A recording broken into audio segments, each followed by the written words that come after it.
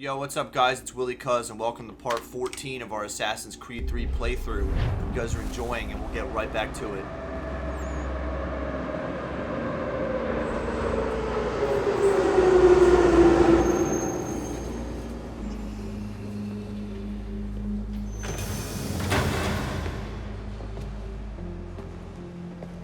You there, Rebecca? Bad reception. Can you hear me? Well, glad to see that's working. Guess I'll try you back when I'm topside.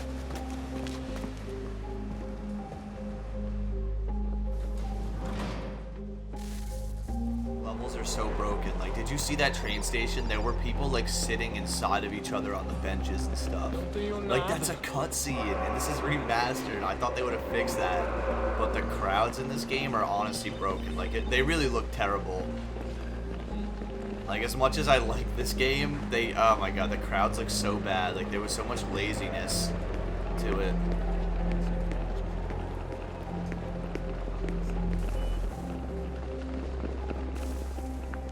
You copy now? Loud and clear. What's the plan? According to our intel, the power source is being worn as a bracelet by some tycoon's trophy wife. We're working on pinpointing her location, but she's most likely inside a VIP booth on the stadium's upper level. I'll update you when I know more. Now to find a ticket. We don't have time to play nice. Steal someone else's. Bit of a dick move, don't you think? Well, I guess you could try and sneak past security instead. Alguém chama a segurança!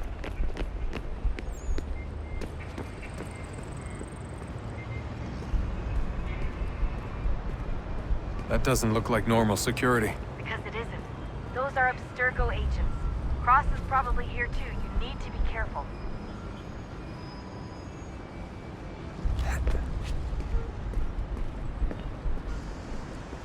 Your target's definitely in the VIP area. The entrance is at the end of this concourse. Você viu esse homem? Chame a segurança imediatamente se o vir.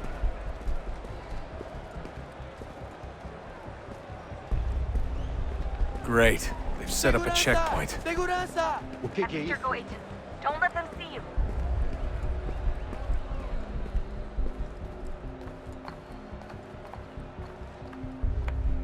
Stick close to the crowd and you should be okay. Or look for a way around it. Ele tá aqui! Ele tá aqui! O homem dos cartazes!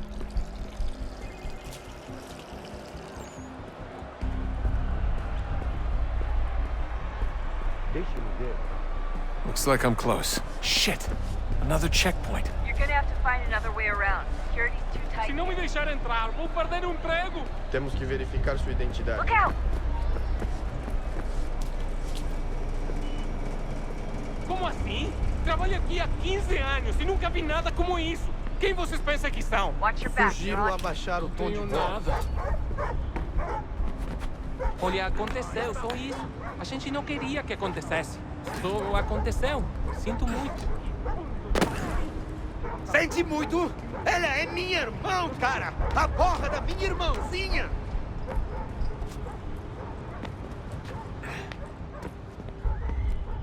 Almost there, Desmond. She's just on the other side of the stadium. Other side?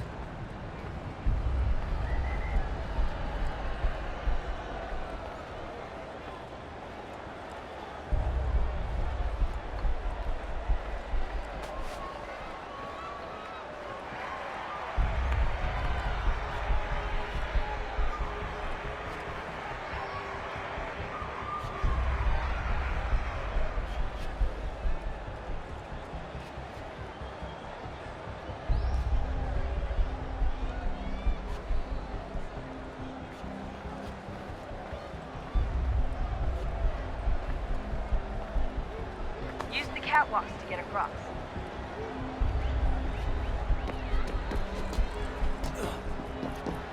You're really close now. The power source should be in one of the rooms up here.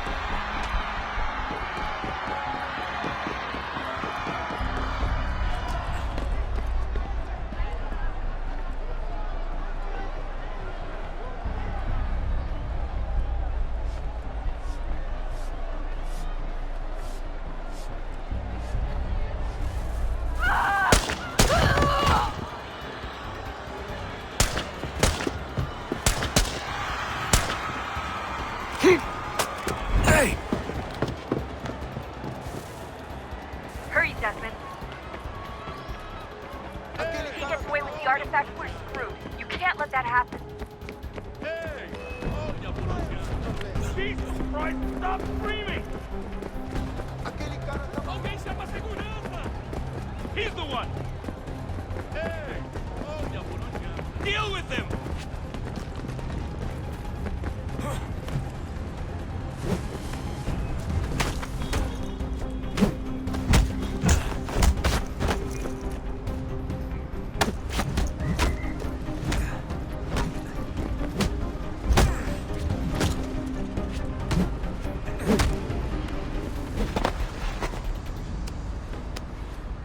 Ali está! Better move. Okay, head for the metro. I'll hold the train for you. Alguém chama a segurança!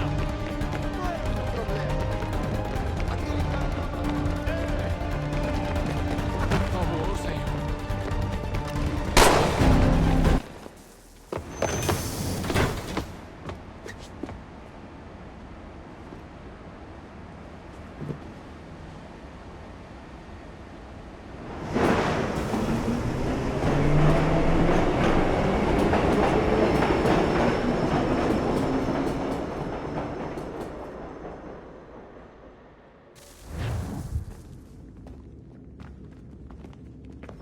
We can get back to Connor whenever you're ready, Desmond.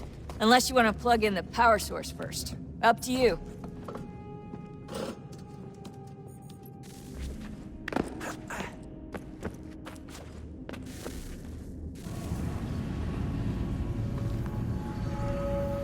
Our first instinct was to travel back, to change the past. But we could not find a way. But forward. We could look forward. And so here we sought to see beyond ourselves and know what was to come. First we watched to learn if our work would succeed. But the answer was always the same. So we moved on to other things. But she remained. The one you call Minerva. In time, she too stopped looking. And instead began to speak. She called out across time in the hopes that you might be saved. She hid messages where none might find them, save for you and those within this place. Fascinating. Tired of it. The cryptic warnings, the threats. Just tell us what you want! But they are. We saw the Nephilim there. We seemed like grasshoppers in our own eyes, and we looked the same to them. Imagine trying to explain all this to a 2-year-old, to a grasshopper. When they said the will of the gods was unknowable, they meant it. Literally. I killed her, you know. I killed Lucy. It was the apple, son. It was Juno. I saw what she was. What would happen if I let her live? I could have stopped myself. I mean, there was a force there. But I didn't have to. I chose to.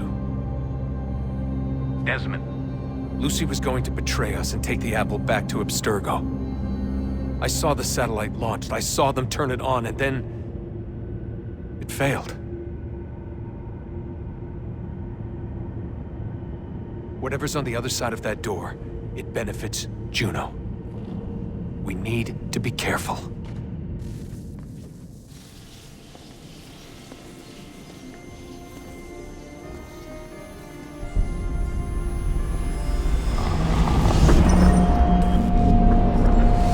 Wonder what stories the temple will tell me today.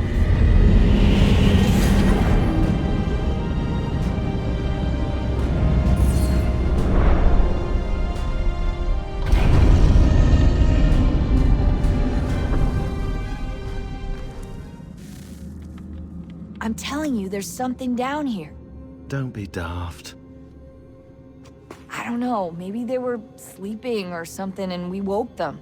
Some kind of cryogenics? Or hibernation. I mean, How do we know what the hell they were doing down here? They were working on a bunch of different solutions, but nothing worked. Just went from one to the next, and then... I don't know. They must have left at some point. After the end. I wonder what the world would be like if they'd succeeded. I'm more concerned about what it'll be like if we don't. Salvation. They found a way. Too late for them, but not for you. Sealed to protect it. Though now it bars your way. Find the key. The past will tell. So, what's the latest? Learn anything interesting while you were exploring? They were working on some weird stuff towards the end. Trying to engineer new bodies and store their minds inside computers. Failure after failure. It must have been hard for them. I worry about it too. I mean, they say there's something in here that'll help us, but what is it? Why is it locked up if it's exactly what we need? I don't know. Maybe it's dangerous. Maybe they wanted to make sure only you could reach it. That's the other question. What makes me so special? I guess we'll know once we open the door. Hey, I hope it's not uncomfortable for me to ask, but what happened with Lucy? I don't know. I'm sorry, I shouldn't have said anything. No, it's fine. I really don't know. I was talking to my dad about it. It's hard to say. I mean, Juno definitely took control, but I think I agreed to it on some level. I think I let her in. No. That's not right. It wasn't her. Not exactly. It was more like a program. Does that sound weird? It showed me things. What'd you see? That if I didn't stop Lucy, Abstergo would get the apple, and we'd all be dead. I still don't understand why she turned on us. I'm sure she thought she was doing the right thing. Oh, unbelievable. What's up? Your politicians are constantly referencing the Founding Fathers and insisting they must have been in support of one thing or another. I have never seen such a blatant disregard for history. That's just typical political propaganda. It's also dishonest and delusional. How can anyone claim to know what these people wanted based off scraps of paper and wishful thinking? They're looking for intent. What these men envision for our country and its future. Idealistic and unlikely. I don't think most of your presidents and senators and judges care what the founders thought. They just want to know how they can bend old words to achieve modern goals. Who cares if they were deists or theists or wanted a central bank? Why do people need the validation? What should matter is what you, as an individual, believe, and why you believe it. What, are we so insecure that we have to find 18th century letters to validate our beliefs? Oh, look, Mum, a dead man agreed with me. Maybe. If you transpose the letters in his shopping list, you can plainly see he was on my side. Jesus, Sean. It's a cynical way to look at it. Doesn't make it less true. I keep trying to understand how men like Washington and Jefferson could dedicate their lives to the pursuit of liberty and equality, yet have no problem owning slaves. It's hypocritical in the extreme, and your history books make only passing mention of the subject, as if it were of little consequence. They had a war to win. Country's future to secure. How could they deal with all these issues at the same time? Spoken like a true apologist. We hear it today, too, that matters of civil rights and equality must wait. There are conflicts to settle, economies to salvage. What do any of these things matter if the people are not free and equal? All of them. I wish there was a way for us to share what we learn from the Animus with others. Imagine being able to accurately answer questions about the past, or experience lost civilizations. But how would you cite it? We can't just reveal the machine's existence to the world. Why not? Desmond's right. It would be dangerous. And we still haven't found a way to manage the bleeding effect. Maybe when we're done saving the world, we can look into it. Even if we do manage to stave off the apocalypse, it's not like the Templars are simply going to disappear.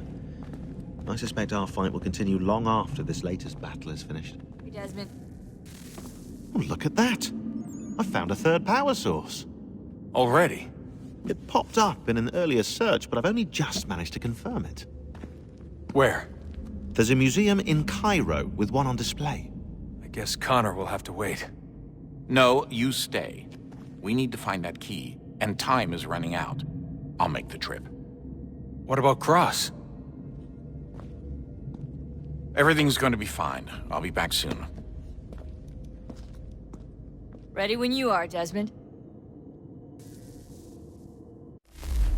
Winter approaches.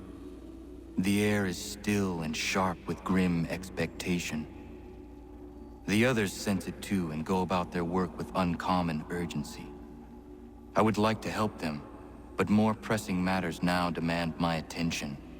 The Templars have targeted George Washington directly, and will not rest until he is dead. I had hoped to shield him from this knowledge, but Thomas Hickey ended any hope I had of staying silent. And so I have resolved to share everything I know, of the Templars and their plots, of who I really am. Achilles finds fault in this, and we argue every day, but there is simply too much now at stake to maintain restraint.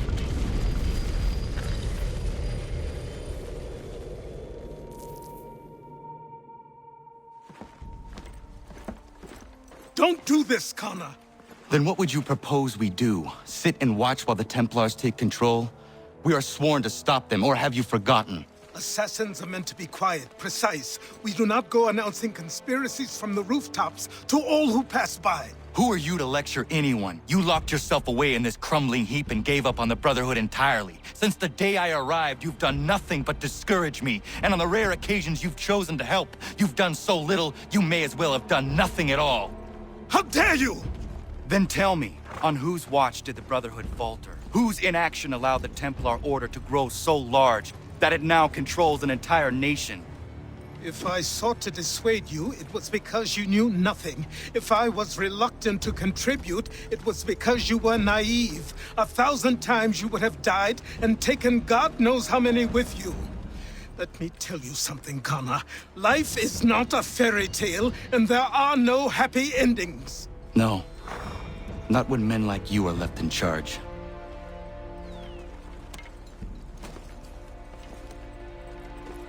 In your haste to save the world, boy, take care you don't destroy it. Ha!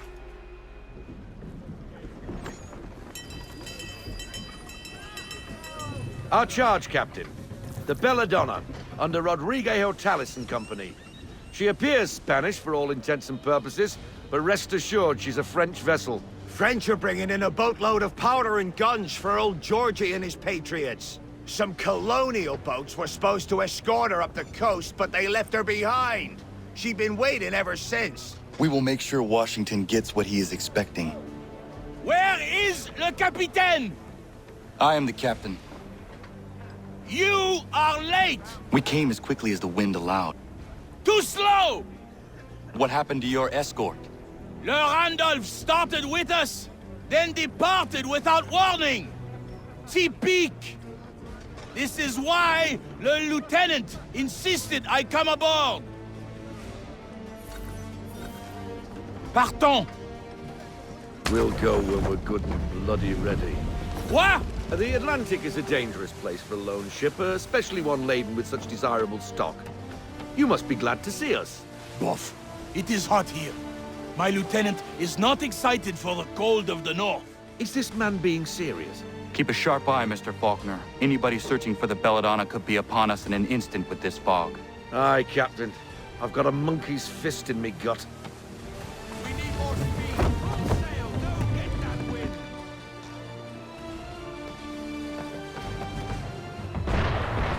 English are on us, Captain! Ah! The power of the French Navy is clear! They picked the wrong ship to pirate! Why in God's name are the English here in such force? I do not know, but we must get the Belladonna out of this fog.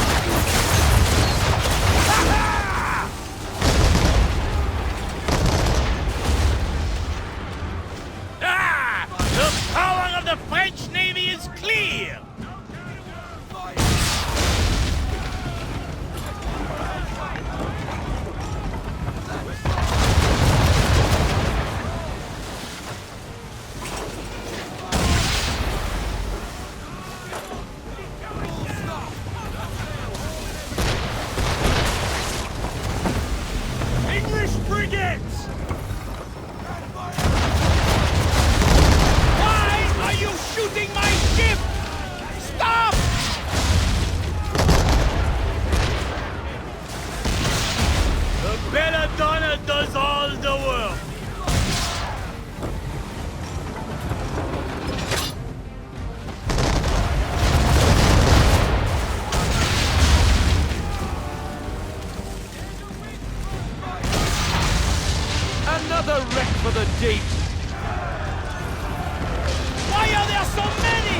It does not matter. We fight.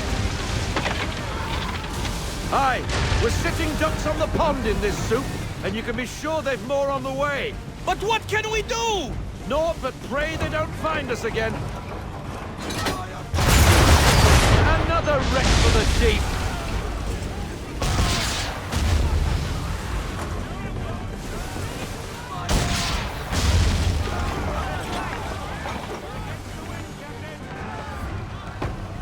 Man of war!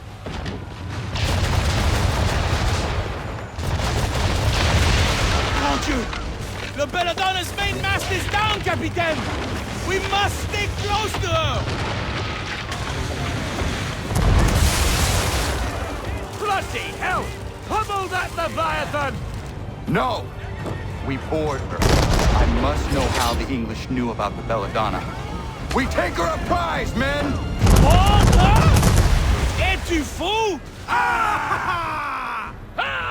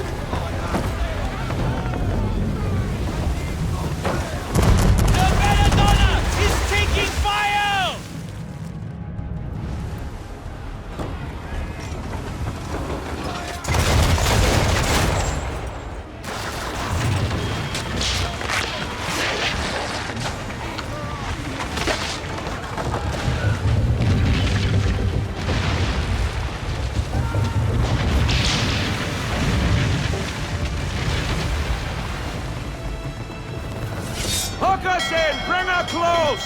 To arms! To arms! Man the swivels! Cover from the quarterdeck! Secure the outline! Tie off the bow!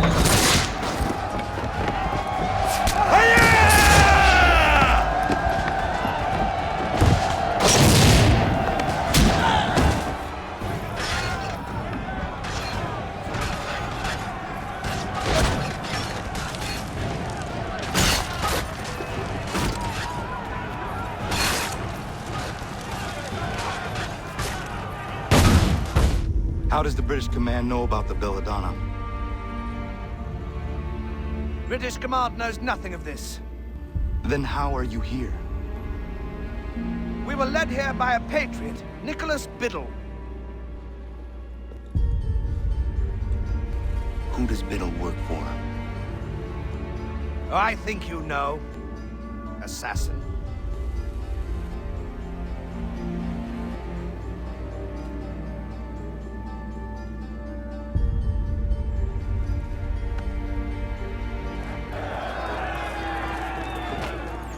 What did the captain tell you? Nicholas Biddle led them here. He said...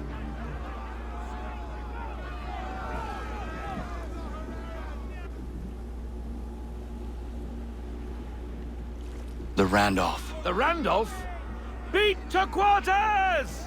Belay that order! He is putting us to his rudder. We cannot leave the Belladonna undefended. But sir! She is incapacitated and vulnerable. Let him go. We will see each other again soon.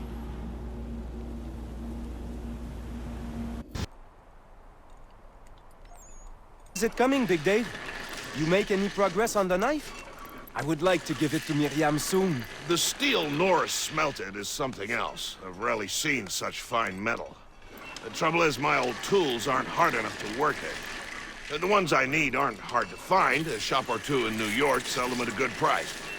I'd do it myself, but with the regulars after my head, I'll stay here safe and sound if I can. I have matters to attend to in New York. I will see to it the next time I journey there. Sounds good. Captain's on a warpath for that deserter. What's his name? Big Man or some such thing? Big Dave. Did in a whole unit escaping, they say. Dave's in for a rough ride, seems to me. Back again? What do you got for me? Blow me or you've earned the last of these blasted things. Be sure to let me know what you find, eh?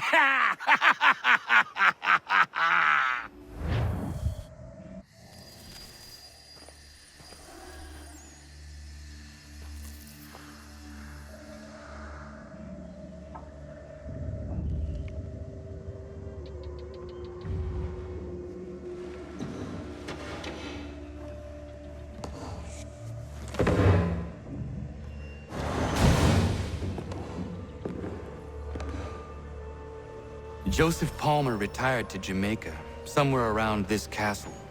Faulkner said the scroll would likely have ended up in Lord Louis Hutchinson's private museum. This place has seen much evil.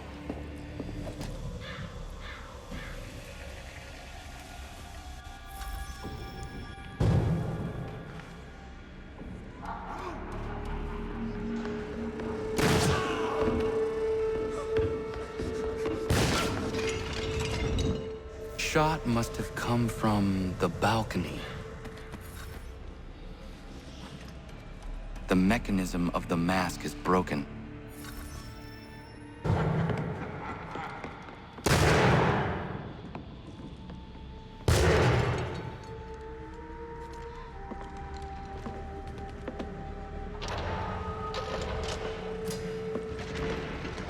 We're not going to talk about how that guy just fired 2 musket rounds without reloading. Physics moment. Technology moment. You're on crack moment. Bruh. I do not understand how anyone could live here. Small wonder Hutchinson went mad. This place feels mad.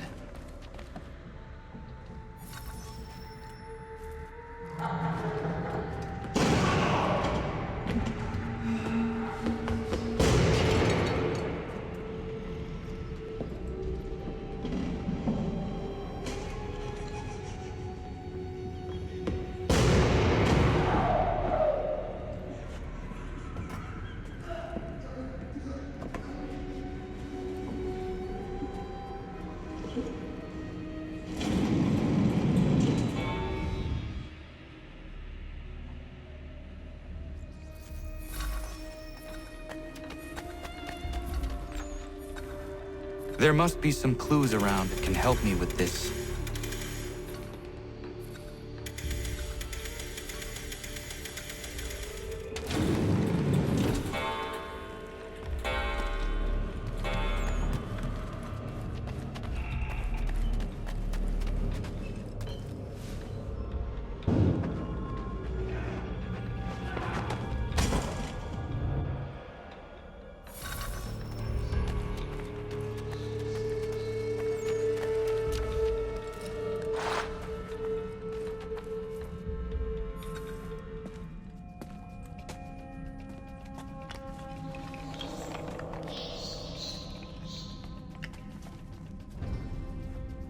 Close to a tree kissed by fire.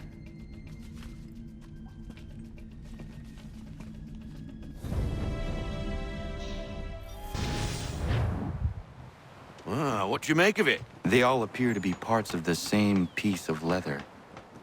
It lies under the eagle's bed, near the wolf's abode, close to a tree kissed by fire, and abreast the rock that does not fit, and a route to an island. The symbols remain elusive. That's Oak Island. I've sailed past it 100 times. A forgettable isle, to say the least. The location seems to be the easy part. Aye. And we'll be waiting for you the moment you want to get after it. You actually found something? Oh.